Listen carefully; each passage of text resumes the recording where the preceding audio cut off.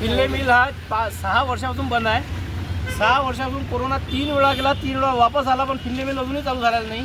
मोदीच्या कानावर चूळ तर चालली नाही की मिल चालू आहे की नाही, की कामगार जिवंत आहे की मेले आहे. पाकिस्तान ऑपरेशन सिंधूर चालून पाकिस्तानला नेस्तनाबूत करून साने लाखो करोड रुपये उधळणं चालू आहे इकडे तिकडे. पण कामगारांचे झपाझप 16 जण मेले.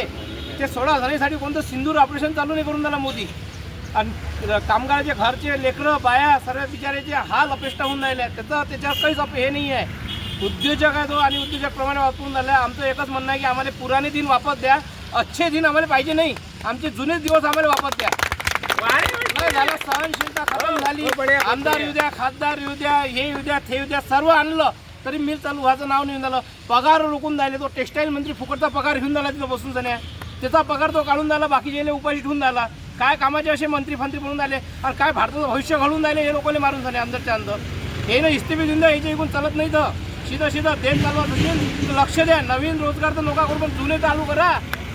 एकच मागणं आहे आमचं काय आहे ते बरं वाईट करा, नाही तर आम्हाला फाशीवर लटकून द्या. त्याचं ऑपरेशन सिंदूरमध्ये आम्हाला टाकून द्या. आमचं ऑपरेशन सिंदूर करून टाका. एक भाव आमच्या मिलावर आणून टाकून द्या. गेल्या 20 महिन्यापासून राहिलेला 50% पगार यांनी दिलेला नाही आहे. आणि त्यानंतर जो नोव्हेंबर ते मे 7 महिन्याचा पगार तो दिला नाही. आणि कामगाराची दिवाळी आणि दसरा हे अंधारात गेलेला आहे. बरोबर आहे. आणि शाळेमध्ये आमच्या स्वतःचे मुलं लेकरं शिकत आहे, त्यांचे रिझल्ट अजून मिळाले नाही. त्यांनी म्हटलं आम्हाला की तुम्ही पहिले तुमचे फी भरा, नंतर तुम्हाला आम्ही रिझल्ट देऊ. आम्हाला जर खाली पैसे नाही आहे, पैसे उकून देणार आम्ही यांना. म्हणून आज आम्ही पवित्र घेतला चिमणी आंदोलन करायचा. दवांचा पगार होत नाही, इथून एकही कामगार हलत नाही.